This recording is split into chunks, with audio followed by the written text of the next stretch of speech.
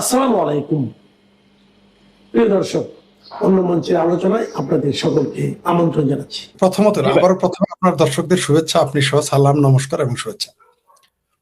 প্রথম বক্তব্য হইল আমাদের তারেক রহমান, যিনি মুসলেকা প্রধানমন্ত্রী, আপনার ভাষায় তিনি কি কি যেন প্রধানমন্ত্রী, পরাধীন পরাধীন প্রধান, আমার ভাষায় মুসলেকা প্রধানমন্ত্রী। আপনারা পরাধীন প্রধানমন্ত্রী বলে তাকে আরেকটু মর্যাদা দিয়েছেন। ভালো লোক, আপনারা মর্যাদা দিবেন। মর্যাদা মানে মানির পাহাড়ের সমান এক কোদাল আপনারা নামাই নিচ্ছেন, সমস্যা নেই। যাই যেটা বলতেছিলাম, এক কথায় যদি বলতে বলেন, তারেক রহমান নিজেও জানেন শেখ হাসিনা আসবেন।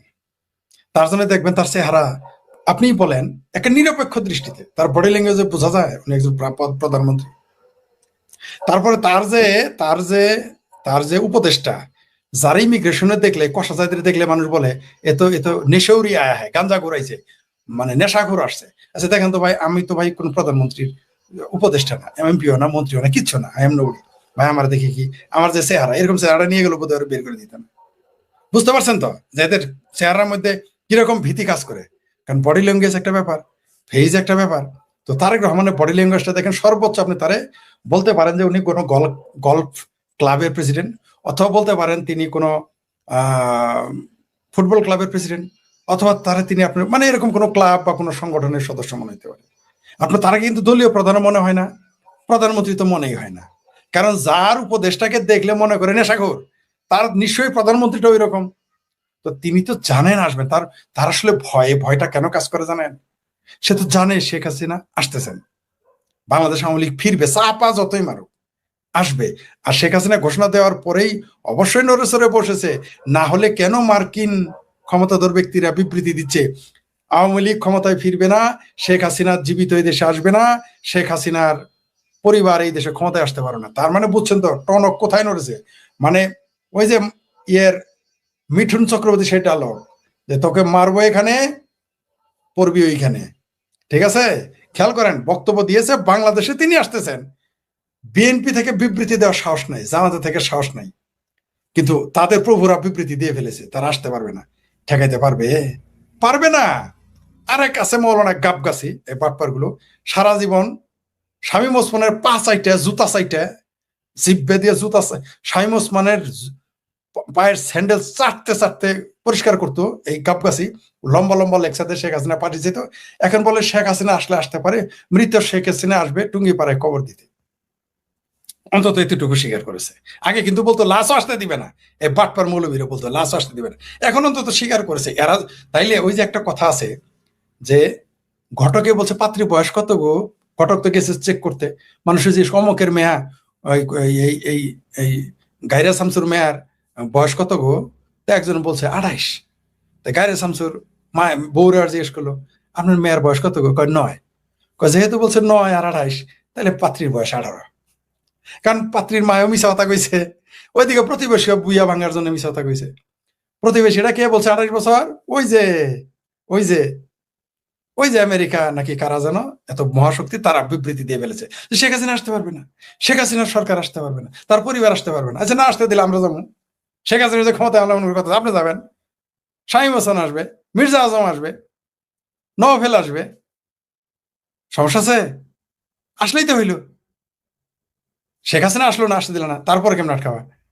শেখ হাসিনা ক্ষমতায় থাকা আর নৌকা মার্কার লোক ক্ষমতায় থাকা তো একই কথা। বঙ্গবন্ধু তো এখন ক্ষমতায় তো নাই, বিদেশেও নাই, তিনি মারা গেছেন কত বছর আগে, তাই না? প্রায় 48-49 বছর হয়ে গেছে তিনি মারা গেছেন। এখনো না তোমরা তারা ভয় পাও? আরেকটা জিনিস বলে দেই, যারা বলতেছে যে বাংলাদেশে অবস্থান করা শেখ হাসিনার চাইতে বাংলাদেশের বাইরে অবস্থান করা শেখ হাসিনা বেশি শক্তিশালী, এটাই তার প্রমাণ যে তাদের দাসদের প্রভুরা বিবৃতি দিয়ে বসে। আসবে না, আবার 1 মিনিট বলতেছিলেন, একটু বেশি বলে ফেললাম। শেখ হাসিনা আসবেই, সেই জন্যই তো নড়ে চড়ে বসছে, সেই জন্যই তো এত কথা, বুঝলেন না? ওই যে যখন মনে করেন যে পানি যখন বড় মাছ এরকম করে, তখন কিন্তু পানি লইরে উঠছে। ভাই আপনার 1 মিনিট শেষ হয়ে গেছে, আপনার পানিশমেন্ট হবে। 2 মিনিট বেশি সময় নিছেন। জি, এখন আমি আপনার এটা প্রমাণ দেখাই, শেখ হাসিনা আসছে এই কথা শোনার পরে সরকারের ভেতরে যে কম্পন শুরু হয়েছে তার একটা প্রমাণ দেখাই ছোট। এখন গণতন্ত্র খতরেমে যায় না? না এইবার বলেন, এইবার গণতন্ত্র খতরেমে যায় না? আমি তো বললামই, এরা তো দূরের কথা, এদের প্রভুদের কানে পানি চলে গেছে, এদের প্রভুদের মাথা খারাপ হয়ে গেছে। আর এগুলো তো বললাম, এ তো 5টা ভোট পাবে না, নিজের এলাকায় গিয়ে তার বউর ভোট পাবো কিনা সন্দেহ আছে, কারণ তার বউ তারে নাকি যেন উল্টাপাল্টা কথা কইতো। যাই হোক, তার বউ তারে ভোট দিবে, মানে তার একটা ভোট, নিজের ভোটটা নিজে, তাও ভুল করে যদি নিজের ভোট না দেয় তাহলে নীল হয়ে যেতে পারে। তো সেই লোক কি বললো না বললো এটা নিয়ে আমাদের তার, বরং বলেন যে তার প্রভুরা যে বলেছে শেখ হাসিনা, তখন আমি বুঝতে পারছি। ওই যে বললাম যে প্রতিবেশী কইছে বয়স 28 আর পাত্রী মায়ে কইছে বয়স 8, তার মানে পাত্রী সাবালক, মানে বুঝছেন তো বিয়ে শাদী হবে, রাইট? মানে একটা অনুষ্ঠান হবে, মানে ফরিদ, আস্তে একটা জিনিস এখানে একটু বলি। আমি 2010-12 পর্যন্ত আমার বাসায় পত্রিকার হকার পত্রিকা দিত। জি তার মধ্যে পত্রিকা দিত ইত্তেফাক, জনকণ্ঠ, আমাদের চিটং এর আজাদি, পূর্বকোণ, প্রথম আলো, জি এরকম 10টা পত্রিকা দিত, যেটাতে আমাদের 1 মাস পরে পরে এটা 15-20 কেজি করে বেচা ফেলাইতো। হুম, এত পত্রিকা রাখার জায়গা ছিল না। 12-13 পর থেকে আর আমার বাসায় কেউ পত্রিকা পড়ে না, সবাই অনলাইন। এখন অনলাইন, জি আপনি আমারে এটা কন, শেখ হাসিনার খবর প্রকাশ করা যাবে না, ঠিক আছে, পেপার করলো না, এখনো তো বললাম, করে না, কি যায় আসে? কি যায় আসে? তাহলে কি পত্রিকায় প্রকাশ না করলে কি আমরা কি পড়তে পারবো না ভাইয়া? আহা, শেখ হাসিনার তো বহুত দূরের কথা, আমি শেখ ফরিদের ইউটিউব চ্যানেল খায় দিত, ফেসবুক খায় দিত, আমারই তো ঠেকানো যায় নাই। বাংলাদেশের দুষ্ট লোকেরা বলে অলিতে গলিতে আমারে চিনে, রিক্সাওয়ালা থেকে শুরু করে টপ সবাই আমাকে চিনে। আমি কি পত্রিকায় আমার নিউজ আসছে, কালের কণ্ঠতে একটা নিউজ হয়েছিল, আমার একটা বিবৃতি ওইখানে ছাপার পরে বলেছে কালের কণ্ঠ জ্বালাই দিবে, এই ভয়ে তারা আর আমার কোনো কথা ছাপা নেই। তাতে কি আমার কথা যাওয়া বাদ আছে? অলিতে গলিতে, চায়ের দোকানে, রাইতে দিনে, নদীর পারে, স্টেশনে, বাস স্ট্যান্ডে আমার লেকচার শোনা যায়, ঠেকাইতে পারছে। আমি Sheikh Farid, I am nobody, আমি কিছুই না, আমি বিখ্যাত কেউ না, অখ্যাত কেউ না, কুখ্যাত, আমি শেখ ফরিদ, জামালপুরের রজপরা গায়ে থাকা সরিষা বাড়ির জামালপুরের একজন সাধারণ মানুষ। আমি কোনো কেন্দ্রীয় নেতাও ছিলাম না, কোনো দলের নেতাও ছিলাম না, কোনো দলের বড় দলের সদস্য ছিলাম না। হওয়ার আমার ইচ্ছা কথা, আছে নাকি না না না না, এটা ভবিষ্যতে পারবো মন্ত্রী, মিনিস্টার, না, এমপি? এটা পারবো না, এটা মাপসা একটু শখ উঠছিল, মাঝখানে একটু শখ উঠছিল, কিন্তু এটা মির্জা ফখরুল সাহেব সর্বনাশ করে দিয়েছে। এই মাস্টার মশাই আমার যে কি সর্ব, আমার একটু শখ উঠেছিল ভবিষ্যতে এমপি মন্ত্রী হব, মানে মনে মনে খায়েশ ভিতরে যাচ্ছিল। পরে যখন দেখলাম বাপ রে বাপ, জামাত আর কি ঠাড়া পড়া মিথ্যা কথা কয়, তার চেয়ে বেশি ঠাড়া পড়া মিথ্যা কথা কইতে হবো। তিনি বলেছেন যে 17 বছরে আওয়ামী লীগ যে উন্নয়ন করেনি, 3 মাসে বিএনপি তা করেছে।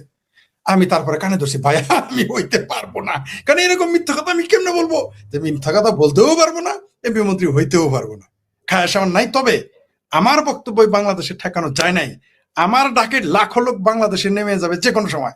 আর শেখ হাসিনা যেদিন বলবেন আমি আমি আমি শেখ হাসিনা আসিতেছি, তাইলে আসবে বলেছি 3-4 কোটি মানুষ। আর যখন বলবো আমি বঙ্গবন্ধু শেখ মুজিবুর রহমানের কন্যা শেখ হাসিনা আসতেছি, 5 কোটি লোক বর্ডারে গিয়ে হাজির হবে। আজকে একটা, এই কথাটা আমি যেহেতু তুলেছেন, আজকেই ফোন করেছে একজন, প্রথমে আওয়ামী লীগের সমালোচনা করলো, আওয়ামী লীগের কি কি ভুল একজন আমাকে বললো, এমনকি শেখ হাসিনাকেও কাট করাই দাঁড়া করাইলো, আওয়ামী লীগকে কাট করাই দাঁড়ানো। আমি শুনলাম, কারণ প্রত্যেক মানুষের বাক স্বাধীনতা আছে, মনোযোগ দিয়ে তার কথা শুনলাম। এক পর্যায়ে তারপরে তিনি বললেন যে বঙ্গবন্ধুই, তিনি আমাকে বললেন যে শেখ হাসিনা যে ডিসেম্বর মাসে আসবে আপনি কিছু জানেন? আমি বললাম যে আমি তো শুনেছি পত্রিকায়, আর তার কণ্ঠ শুনেছি, যদি ওটা সত্য হয় তাহলে আমি জেনেছি। পরে বললো ভাই সত্যি যদি, উনি আবার বলতেছেন, উনি জননেত্রী বললেন শব্দটা, কেন বললেন আমি জানি না, অথচ আওয়ামী লীগের সমালোচনা করলেন। পরে বললেন যে আওয়ামী লীগ এই ভুল করছে, ওই ভুল, কত কিছু। আমি ভাবছি যে নেগেটিভ বলবে সবসময়, চুপ করে শুনতেছি একতরফা। পরে বললো শেখ হাসিনা যেদিন আসবেন ভাই, খালি শুধু বলবে যে অমুক বর্ডার দিয়ে আসতেছি, মানে আমি তো ভাই 3 কোটি বলছিলাম, মনে আছে আপনাদের? বলছিলাম যে ইয়েতে, এই যে কি, আরে টঙ্গী ইস্তেমা ময়দানে 50 লক্ষ লোক হবে অভ্যর্থনা জানানোর জন্য, তাতে আমার কথা কেউ বিশ্বাস করে না, আমি ভয় পেয়ে গেছিলাম, হ্যাঁ একটা কথা বলে ফেলছি, যদি এটা মিথ্যা হয়ে যায়। এখন দেখি জনগণই বলে 2 কোটি 3 কোটি আসবে, কিন্তু আমি আগে বলছি 50 লক্ষ, তখন আওয়ামী লীগের লোক বিশ্বাস করেনি। ওই লোক এতক্ষণ শেখ হাসিনা আওয়ামী লীগের সমালোচনা করার পর বললো যে তিনি যদি বলেন ত্রিপুরা বর্ডার দিয়ে আসবে, তিনি যদি বলেন আমার জামালপুর বাড়ি জানেন, যে আপনাদের জামালপুরে একটা বর্ডার আছে, উনি জামালপুর শেরপুরের মধ্যে পড়ছে বর্ডারটা, ডালু, ঠিক আছে, ওইরকম যাই ডালি। তো বলছে যে উনি যদি বলেন যে রাজশাহী দিয়ে আসবেন, উনি যদি বলেন যশোর দিয়ে আসবেন, উনি যদি বলেন ত্রিপুরা দিয়ে আসবেন, কুমিল্লা দিয়ে আসবেন, ভাইরে ভাই, কোটি কোটি 5 কোটি মানুষ যাবে, সে বলতেছে। আরো কি বলে জানেন, মেয়ে মানুষই তো অর্ধেক যাবো, মানে বুঝতে পারছেন তো? তাহলে শেখ হাসিনা, তাহলে তার সমালোচক যদি এই কথা বলে, আবার বলছে উনি কিন্তু আমার সাথে 20 মিনিট কথা বলছেন, 12 মিনিটের মতো প্রায় শুধু শেখ হাসিনা এবং আওয়ামী লীগের সমালোচনা করছেন, 13 মিনিটের মাথায় কথা বলছেন। তাহলে সে ভাই, সমালোচনা এই কথা বলে, তাহলে অবস্থা কি? গত পরশুদিন আমি ইন্টারভিউ করছিলাম আপনার ওই যে আমাদের ইয়ে আছে না, ব্যারিস্টার একজন আছে না, মুসলিম লীগের প্রেসিডেন্ট, কি জি, জানি জি, জি। নাম, জি জি কি জি, বুঝতে রাশিদ পারছি। জানি। জি জি তো উনি যখন ওনাকে ঠিক কমেন্টসে ছিল যে শেখ হাসিনা কিভাবে আসবেন বা কি রকম, তখন উনি বলতে বিমানে আসতে পারে, হয়তো এয়ারপোর্টে কাউরে ঢুকতে দিবে না। তখন আমি বললাম যে স্যার, এমন হতে পারে বজরঙ্গি ভাইজানের মতন 2 সাইডের বর্ডার ভাঙ্গিয়া চুরে ঢুকতে পারে, তো ওইটাও হইতে পারে। বলে যে সরকার কিন্তু বাধা দিবে, সব বন্ধ করে দিবে, রোড গার্ড। ভাই then and there within a second, মানে উনি কথা বলতেছে, এই টাইমে এক ফোন আসছে বাংলাদেশ থেকে, আমি আমার সাউন্ড মুইট করে আমি শুনতেছিলাম, পর ওনারা শুনেলাম। নাটোর থেকে এক লোক বলতেছে, কয়ে রাশেদ সাহেব, জাস্ট এইভাবে কথা, রাশেদ সাহেব আপনার ভিডিও আমরা প্রতিদিন দেখি, আরো অনেকের ভিডিও দেখি, তো এই আপনার সাথে যে বুড়া স্যার কইতেছে না যে গাড়ি ঘোড়া বন্ধ করে দিব, স্যারের একটু কম, যে আমি নিজে আমার বাড়িতে 2 কেজি চিরা আর আধা কেজি গুড় কিনা পোটলা বাইন্দা রাখছি, জানি বন্ধ করে দিব, খালি যেদিন কইব, যে জায়গায় কইব, কই চিরা খামু আর ইয়ে খাবো, কি পানি খাও। গুড় খাইয়া যামু। তা আমার বন্ধু বান্ধব 10-12 জন আছে, আমরা সব 60-65 বছর বয়স, তা আমরা হাইটে হইলে জামুগা, আপনারা টেনশন নিয়েন না, আপনারা খালি খবর দেন কবে আইব, তা আমরা আছি এয়ারপোর্টে গাড়িয়ে।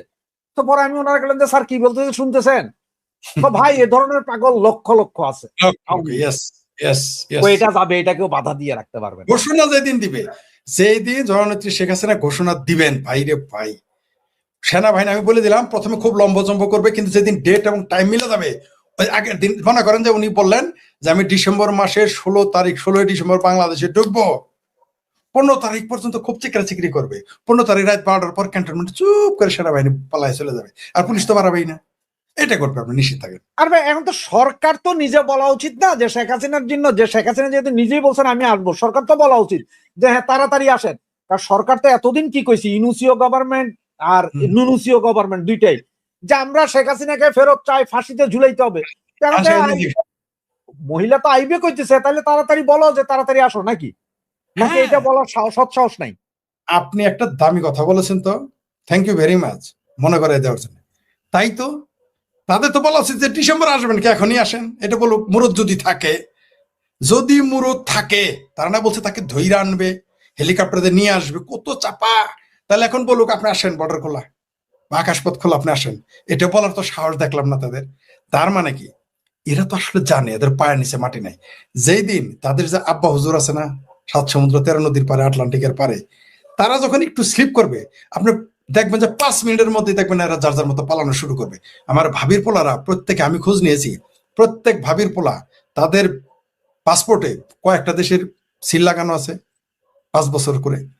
তারপর টিকিটও কাটা, তারা নাকি প্রতি সপ্তাহে টিকিট কাটায়, এবং ওই টিকিট ক্যান্সেল করে না, কিন্তু ওই টিকিট ক্যান্সেল করে না, ওই টিকিট রেডি রাখে যদি সময় হয়, যদি যেতে হয়। আর ডলার, তারা সব সময় $25-30 হাজার ডলার টিকিট কাটার একটা সিস্টেম আছে, আপনার যে কোনো একটা ডেটের টিকিট কাটলেন, ওখানে ইন্স্যুরেন্স ফি বাবদ বাংলাদেশি টাকায় সম্ভবত 12,000 টাকা, আমাদের যেহেতু 100 টাকা, 12-14 হাজার টাকা বাংলাদেশি টাকায় দিয়ে রাখবেন। আপনি আপনি চাইলে 50 বারও টিকিটের ডেট চেঞ্জ করতে পারবেন।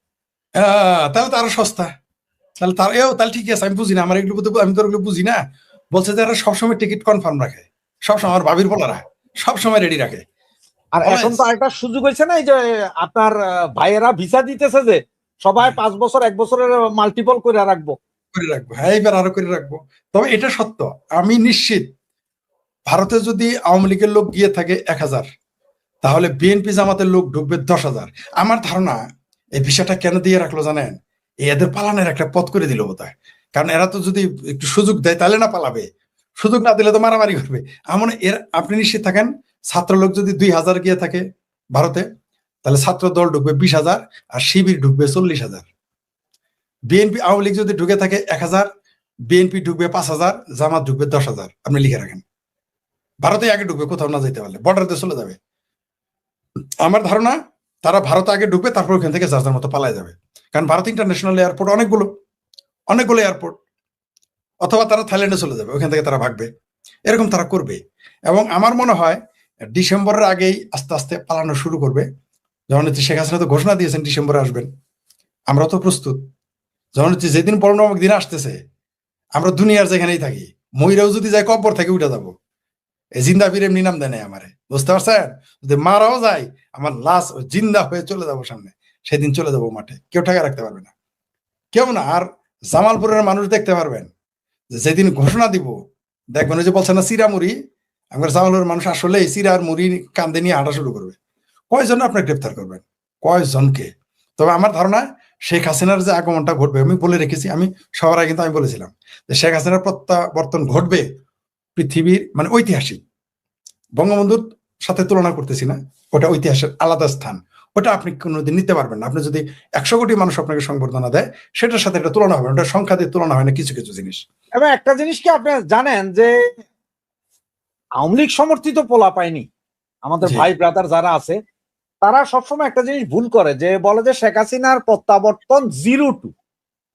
ওনার এটা তো 0-2 না, ওনার তো হ্যাট্রিক প্রত্যাবর্তন। কারণ 75-এর পরে একবার ফিরছেন, 2007-এ সারা পৃথিবীর সব এয়ারলাইন্সকে নিষিদ্ধ করার পরেও উনি ফিরছেন, আর এইবার তো থার্ড টাইম।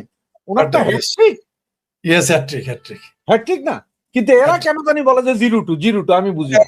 বুঝে উঠতে পারে না, আবেগে খেয়াল করতে পারে না, বা মনে নেই তাদের, হইতে পারে। মনে নেই। ঠিকই বলেছেন আপনি, হ্যাট্রিক এটা। তো এইটা কি মনে হয় না যে ওই যে জামাতের মতিউর রহমান, নিজামী ফিজামি এদের ফাঁসি দিছে বিদায়, এখন এই ধরনের কিছু মুক্তিযোদ্ধা ওরা ঝুলাইতে হবে, সেটারই করসপন্ডেন্স চলতেছে। হাসানুল হক ইনু, কমরেড হাসানুল হক ইনু, তিনি বলেছেন তো যে পাকিস্তান ভাঙার যায় আর দেশ স্বাধীন করেছি বলে আমাকে ফাঁসি দিল, আমাকে জেল দিল, উনি বলেছেন। এই রায় তিনি মানেন না, এই রায় নিয়ম বহির্ভূত। আরেকটা কথা বলি, ডক্টর হুমায়ুন আজাদ স্যার, কবিরা তো আসলে আগের গুলো চোখে দেখতে পারেন, তারা অতীতেও যেতে পারেন, ভবিষ্যৎ, একমাত্র আপনি কবি হলেই কেবল আপনি পিছনেও যেতে পারবেন, সামনেও যেতে পারবেন। ডক্টর হুমায়ুন আজাদ কি লিখেছিলেন? বলেছেন যে এই স্বাধীন বাংলাদেশে মুক্তিযোদ্ধাদের বিচার করবে পাকিস্তান ভাঙার দায়ে মুক্তিযুদ্ধ বিরোধীরা। দেখেন মিলে গেছে, মিলে গেছে। যেই দেশে বঙ্গবন্ধু দেশ স্বাধীন করেছে, আওয়ামী লীগ দেশ স্বাধীন করেছে, বঙ্গবন্ধুর কন্যা শেখ হাসিনাকে দেশে থাকতে দেয়নি। আওয়ামী লীগ দেশ স্বাধীন করেছে, সেই আওয়ামী লীগকে নিষিদ্ধ করেছে। কমরেড হাসানুল হক ইনুরা দেশ স্বাধীন করেছে, তারা আমাদের জাতীয় বীর। তারা ফাঁসি দিতে চেয়েছিল, ফেসে যাবে বলে তারা মৃত্যুদণ্ড দেয় না। আমি জানি, আমি বলেছিলাম তাকে মৃত্যুদণ্ড দেবে না, আমাকে অনেকে বলেছে মৃত্যুদণ্ড দিবে না, কারণ মৃত্যুদণ্ড দিলে তারা একটা বেকায়দায় পড়ে যাবে, এই ঝুঁকি তারা নিবে না। এই ভালোই হয়েছে, মানে কমরেড ইনু হয়ে গেছে তাদের জন্য হইলেও গলার কাটা, না তারা গিলতে পারতেছে না রাখতে পারতেছে। ফাঁসি দিলেও বিপদ, ফাঁসি কিন্তু মনে তাদের চেয়েছিল যে নিজামী, সাইদি এদের বিরুদ্ধে একটা অ্যাকশনে যাওয়ার জন্য। আর হাসানুল হক ইনু কমন শত্রু, কিভাবে, কার কমন শত্রু? বিএনপি এবং জামাতের। কারণ কর্নেল আর ইনুরা এক ছিলেন, ওইখানে এক শত্রুতা রয়েছে। তিনি সবসময় বিএনপির সবচেয়ে কঠোর সমালোচনা যিনি করতেন, তিনি হচ্ছেন হাসানুল হক ইনু। আর জামাতের বিরুদ্ধে তো তিনি ছিলেন একটা আউট স্পোকেন, তো তাকে তো তারা ফাঁসি দেয় না, এটাই তো আমাদের কপাল। তবে আমরা ফিরিয়ে আনবো, ডিসেম্বরে আমরা তাকে মুক্ত করে ফেলবো। আমরা কমরেড হাসানুল হক ইনুকে, এই বীর মুক্তিযোদ্ধাকে আমরা মুক্ত করবো ডিসেম্বরেই। ওই জেল মেল কোথায় চলে যাবে কাউরই খুঁজে পাওয়া যাবে না, ইউনুসের তো পাবোই না, ওই আমার ভাবির পোলারা তো হাওয়া হয়ে যাবে। তারপর ওই যে কি কষা জাহিদ,